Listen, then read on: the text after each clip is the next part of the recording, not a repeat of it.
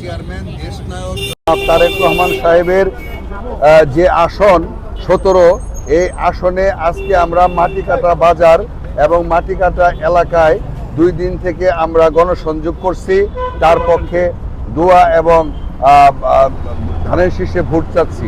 এই এলাকায় আমাদের শেরপুর জেলার যে সমস্ত বাসিন্দা, ঢাকার ভোটার, তাদেরকে আমরা অনুরোধ করছি, আমরা বিশ্বাস করি ইনশাল্লাহ তারা আমাকে দেখে, তাদের এলাকার মানুষ, আমি তাদের এলাকার জনপ্রতিনিধি ছিলাম, আমাকে দেখে তারা উদ্বুদ্ধ হয়েছে এবং ইনশাল্লাহ তারা কথা দিছে আগামী 12 তারিখ সকাল সকাল থেকে শুরু করে সকলেই ভোট কেন্দ্রে ইনশাল্লাহ যাবে।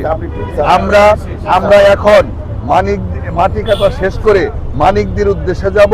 আমরা সকলকে অনুরোধ করব, যেহেতু মানিকদি এবং ভাসান থেকে আমাদের শেরপুরের লোক বেশি, আমরা এখনই সকলে মানিকদি এবং ভাসান থেকে গিয়ে আমাদের শেরপুর জেলার ওখানকার স্থায়ী বাসিন্দার কাছে এবং যারা ঢাকার 17 আসনের নাগরিক, তাদের জন্য আমরা ভোট চাবো। আমরা বিশ্বাস করি এই 17 আসনটি যারা বসবাস করেন নাগরিক, তারা ইনশাল্লাহ আগামী দিনে শুধু এমপি পাবেন না, বাংলাদেশের প্রধানমন্ত্রী